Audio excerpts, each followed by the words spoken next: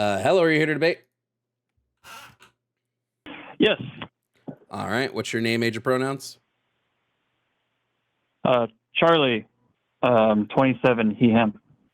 Okay, Charlie, 27, he, him. Charlie, what topic do you disagree with on the board? Well, I actually kind of wanted to kind of get what your opinion on of the LGB alliances in regards to trans rights and trans inclusivity. Can you be more specific?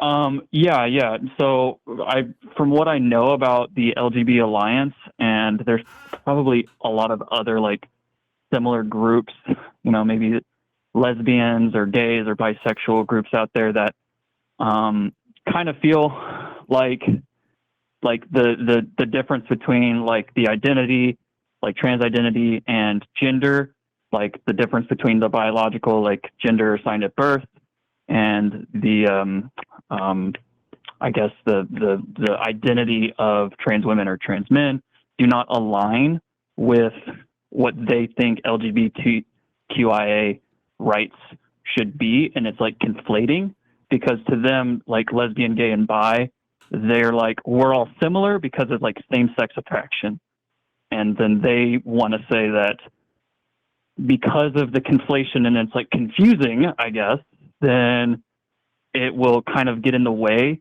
of, I guess, a lot of the like rights that lesbian, gays, and bisexuals have been able to, obtain for themselves as a marginalized group. Yeah, but this would be my issue, my big issue with this is that they're assuming that they obtained those rights by themselves. We need to remember that trans women were at the forefront of the movements to get these rights established, and that being trans typically has a lot of intersections with being LGBT or being like lesbian, gay, straight, bi, pansexual. It has a lot of intersection with this.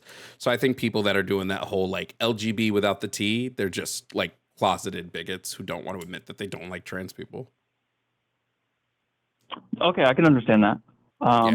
Okay, I actually called you like last week, and we had a conversation about like me not thinking that trans women are women, and you kind of helped me a little bit, kind of like bridge the gap in my thinking. And I also like joined your Discord, and I kind of want to. I'm a conservative, and I kind of just wanted to like learn more about things that I don't understand.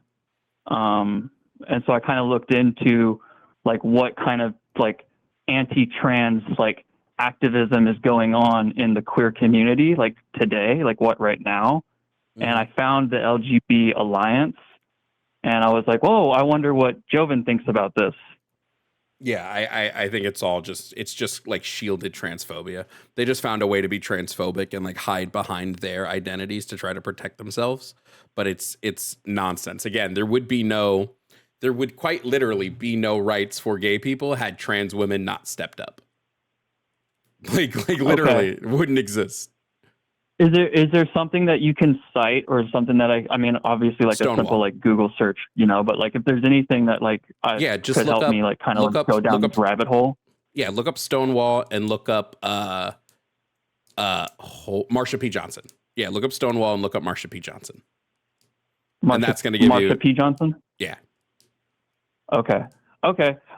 Yeah, I'm trying to learn here, and I didn't really want to like, I'm trying to like check my, I guess lack of a better word, like privilege in a sense. I'm trying to like check myself, coming into my late adulthood, or I guess my 30s. I'm like, I don't want to be, like a bigoted asshole for like the rest of my life, and I want to learn things, and I've found your stream, and I just want to kind of, just I guess learn.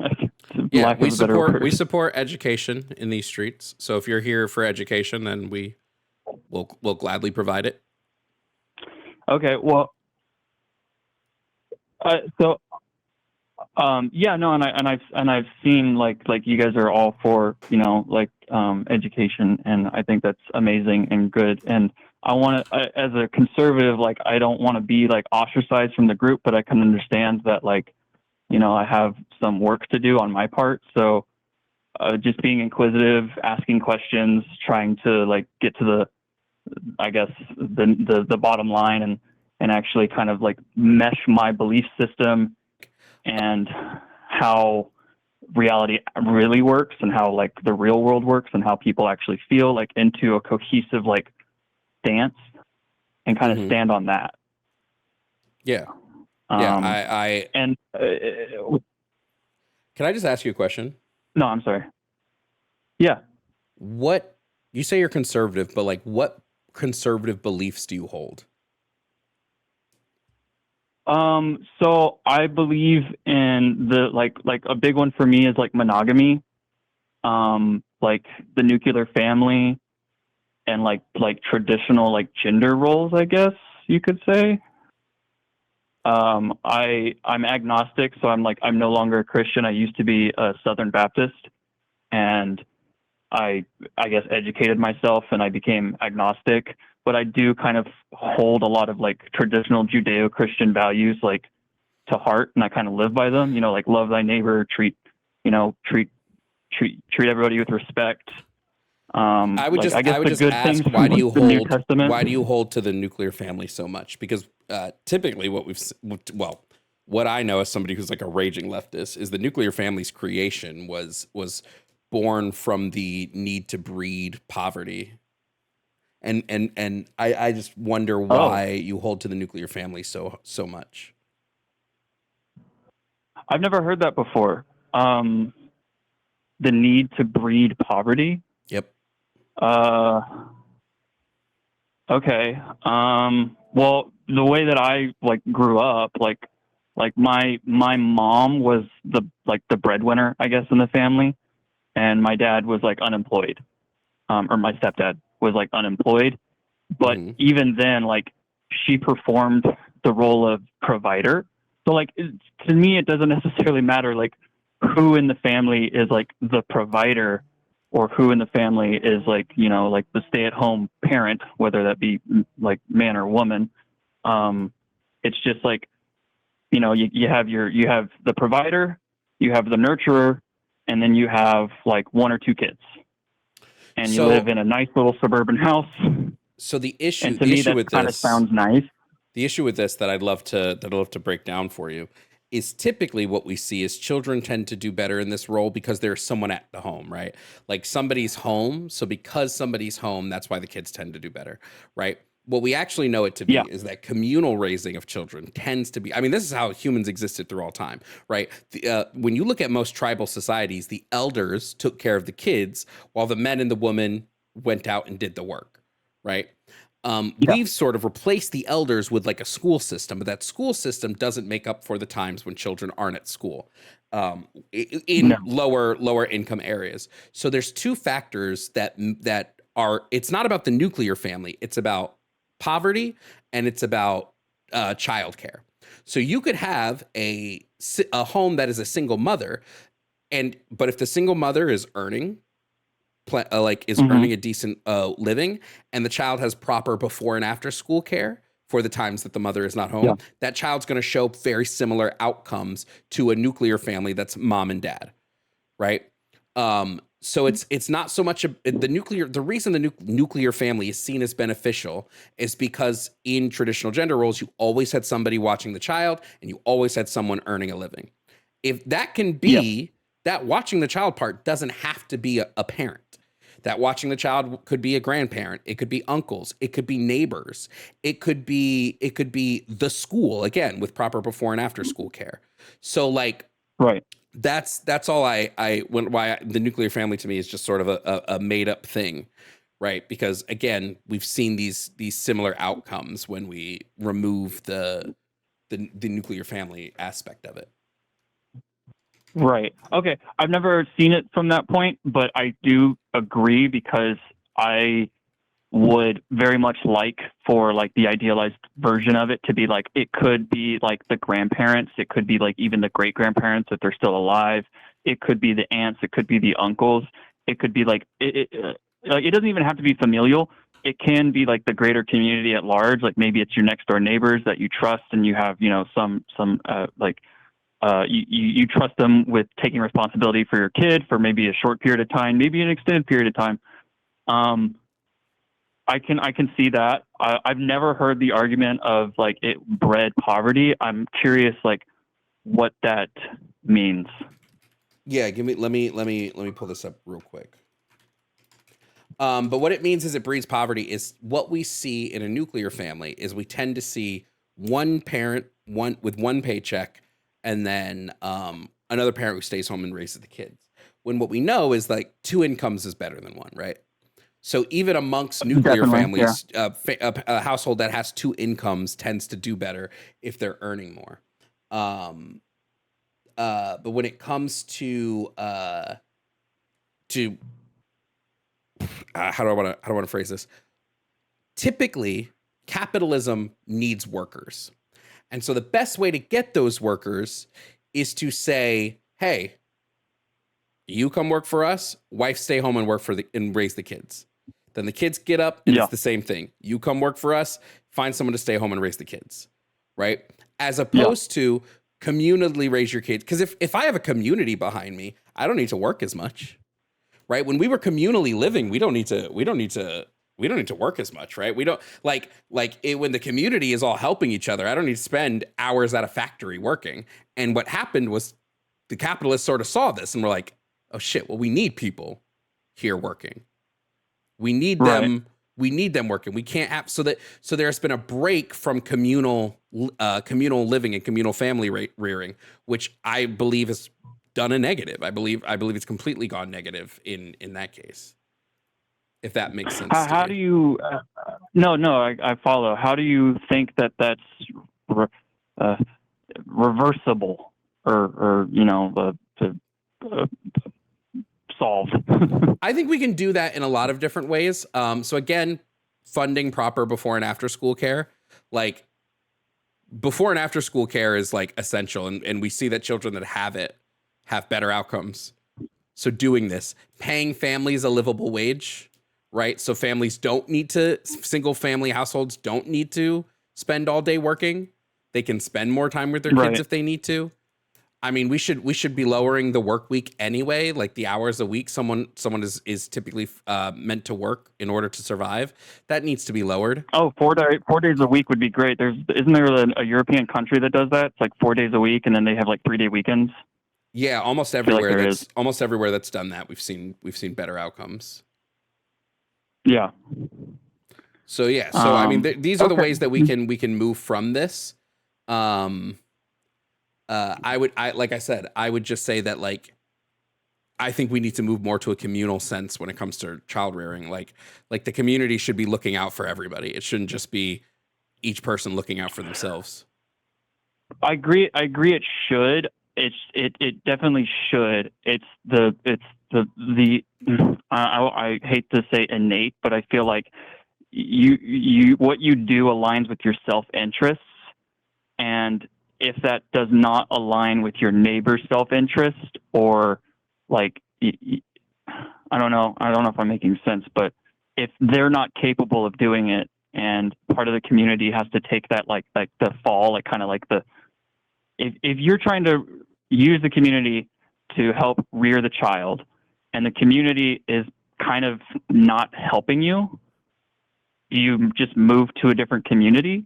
Or like, how do you cultivate that community? Because your community is the people around you, and if like those resources aren't there, I mean, like obviously, like the funding appropriate, like after school and before school childcare, we're like, what are you left to do? Well, what I think could build more community is if people had time for their community, right? So like right now, most people in like poor and underclass households, they don't have time to even build community. They're working most of the time. So like, I work 10 hours a day, so I hate it. The time aspect is a big part of community. If you don't have the time to build community because you have to work every day, all day, there's nothing we can do. Yeah. To divest from this structure that capitalism has sort of built, that your whole life should be revolved around work when your life should be revolved around life. No, yeah, that's true. Because I definitely feel like my life is just work. Yeah. And to clarify, because I called last week to clarify, a lot of people were kind of dogging on me in the comments about like, oh, this guy should never be around like patients because I work in the substance abuse field. I am like a peon. I am like the lowest of the low. I am just what you call support staff. I'm like operation help.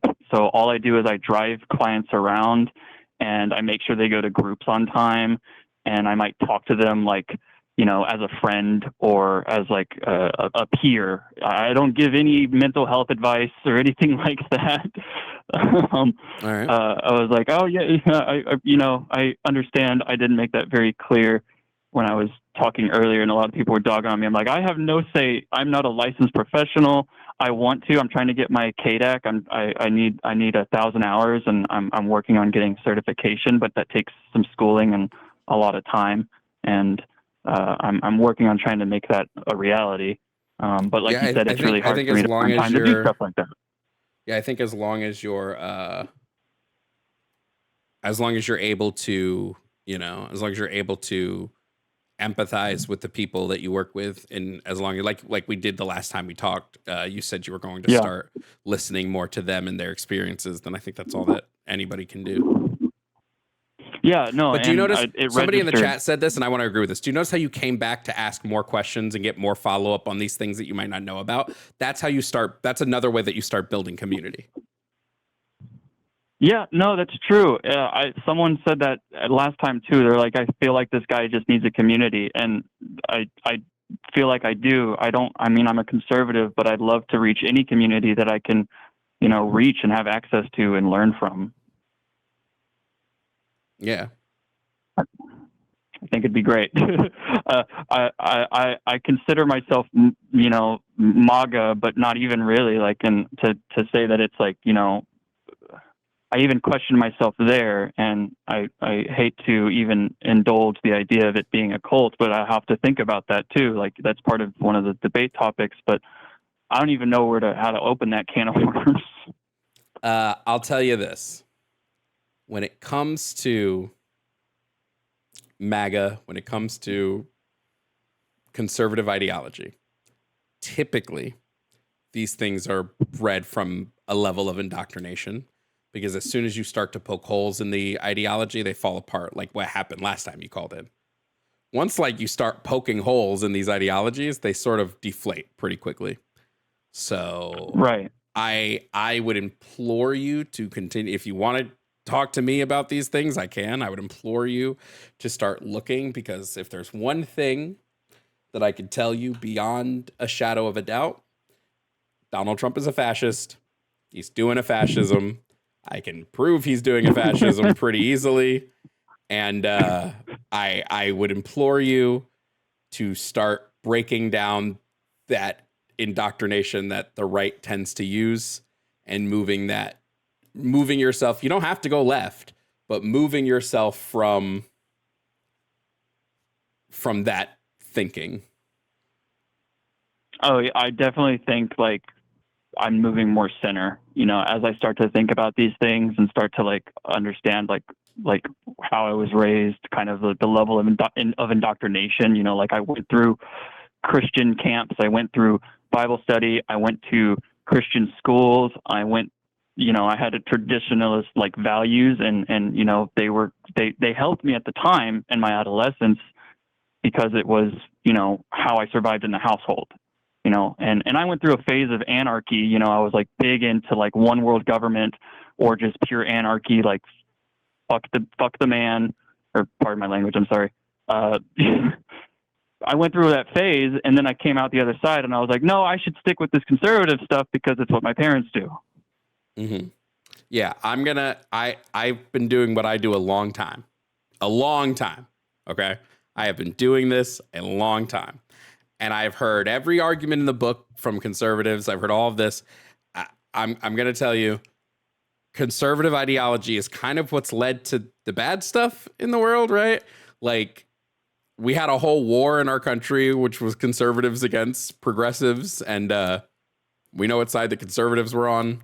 I don't necessarily know what conservatives are trying to conserve, except it seems like bigotry. Actually, let me rephrase that. Let me tell you exactly what it seems like. And it's because I've talked to people that are like this. What I've seen conservatives trying to conserve is the white race. they believe in the great replacement theory. They believe white people are being replaced in the world. And it's just so nonsense, man. It's such nonsense. And as you boil it down, it really just feels like they're just a bunch of fascists who, I mean, Donald Trump especially. I mean, this is a dude that's removing people's constitutional rights like left and right. Right. So like, I don't believe in hierarchical positions of power. I believe humans sort of are all in the same vein, you know? Right. But yeah, I think if you keep watching and keep listening, you'll start to break down those ideals that you have in your head. Right. I mean, as a, I guess, white conservative guy, like I can only say that mine is fear, and you know, everyone's scared of the things they don't know, and instead of like learning those things, you've kind of been pushed to kind of, I guess, fight them, if that's the appropriate term, like fight the fear. Don't like understand it. Don't try to like learn what it is. Like any like leftist, you know, liberalism or anything like that, or liberal values. You kind of just you see it, you take it in, you compartmentalize it, and then you shove it back in their face, and you go, "No, you." Well, I'm going to say the fact that you can recognize that it's fear based on like the unknown. The fact that you can recognize this, you're leagues ahead of most conservatives. Because most conservatives don't pick this up. But I would say, because I know that you said you're agnostic and you're moving more away from like secular. Is it secular or not? Which one is? It's non-secular means you don't believe. Secular means you do believe. The fact that you're moving away from like a secular worldview, or no, is secular non-religious? Oh, I don't even know, man. It's been years. I get that word. I get that word wrong constantly. Secular is the one that means you're a non-religious worldview. Non-secular means you're not.